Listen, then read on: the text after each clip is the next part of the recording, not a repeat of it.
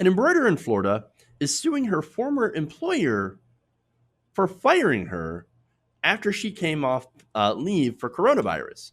And by the way, they also made sure to not pay her to actually pay her sick leave that she had earned. Now they fired her via text message the day before she was supposed to return for work. So now the suit was filed Tuesday by Tracy Graham, and it's against a place called Barrier Technologies. And what's important about this is not only is it, of course, workplaces being awful, right? For one, but also this is over the sick leave provisions in the Family First Coronavirus Relief Act. Now, that's one of the stimulus bills that was passed back in March to deal with the pandemic. And in it, they're supposed to guarantee sick leave. In fact, under the law, employers with fewer than 500 workers are required to provide up to 80 hours of paid sick time to anyone diagnosed with COVID-19 or are under doctor's orders to quarantine or isolate because of the disease. So now that should have applied to Barrier Technologies, right? So now they're a small manufacturer in Florida. They have 26 employees, and they make gear like vests, gloves, and aprons to protect medical professionals from radiation like x-rays and other machines. Now, Graham was working for this company, was making $14 an hour to embroider logos and things onto the gear. She, of course, got sick.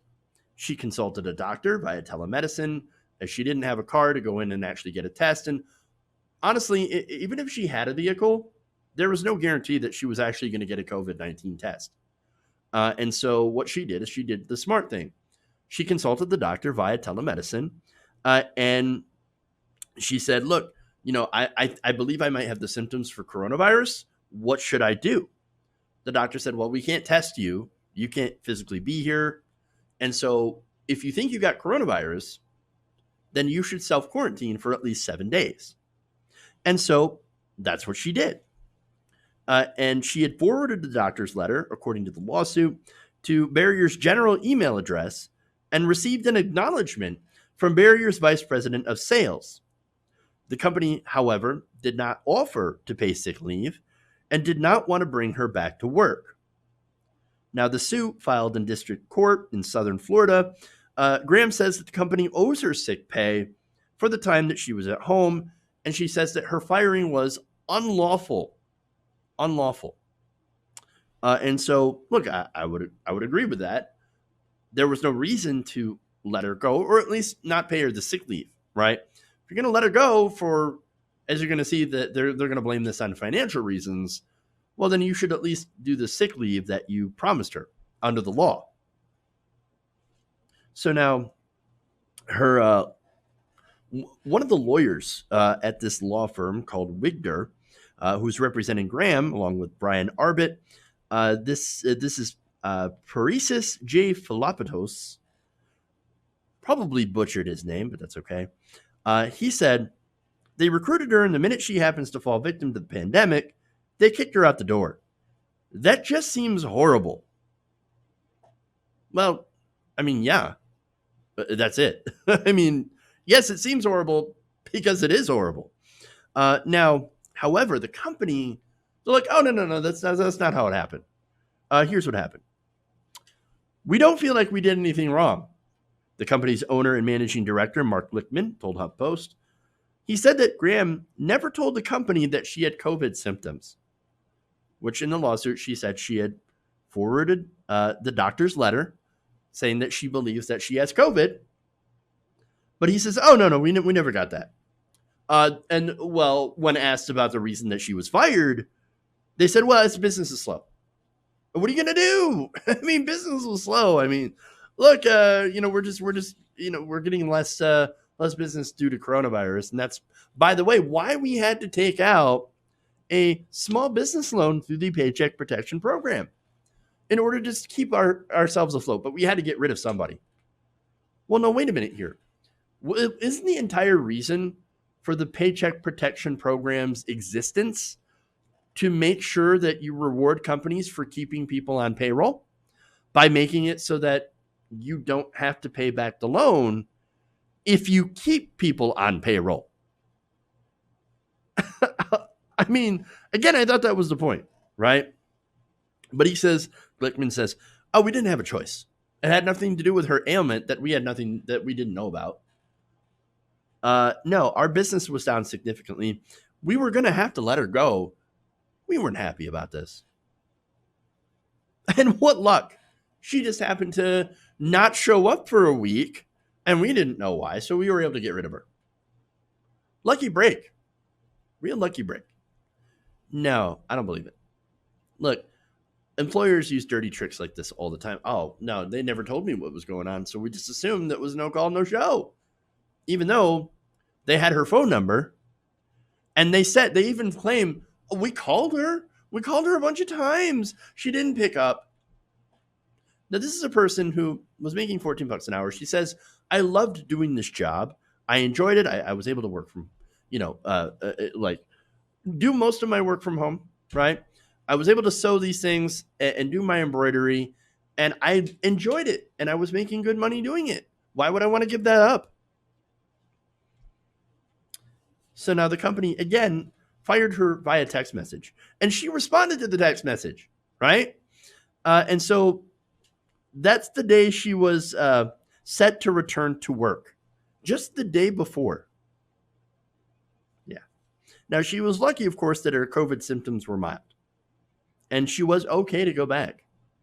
But of course, unfortunately, as I mentioned, they fired her, they got rid of her, and blame it all on her. Of course they did. So now, the sucky thing is about this entire situation is it's very likely that this company could get away with it. Why is that? It's because the protections for workers, especially in Florida, are horrendous.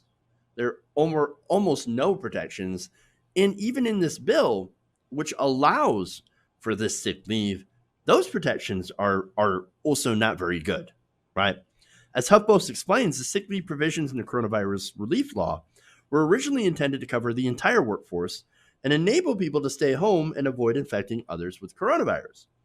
Yet the provisions, as they were making their way through Congress, were whittled down by the White House and Senate Republicans at the behest of big business and ended up only covering a small fraction of Americans. In fact, it's estimated that over 3/4 of the workforce would be left out if every company were to take the available exemptions carved into that bill. The Department of Labor also weakened the law by making it easier for companies, particularly healthcare providers, to exempt themselves from providing sick leave altogether. So it is very likely that this company is going to be able to get away with it and not at least pay this woman the sick leave that they owe her under the law. Now, she told HuffPost that when she received that firing notice via text, she was flabbergasted. The only reply she could think of was a message about the pineapple-shaped clock she kept at her workstation. So now, look, earlier, for some reason I mentioned, I was like, oh, she worked from home. No, she didn't. She actually did go into work. And so what happened is that she had her, pineapple clock, right? And that's the only thing she could think of. Like, okay, can I at least get my clock?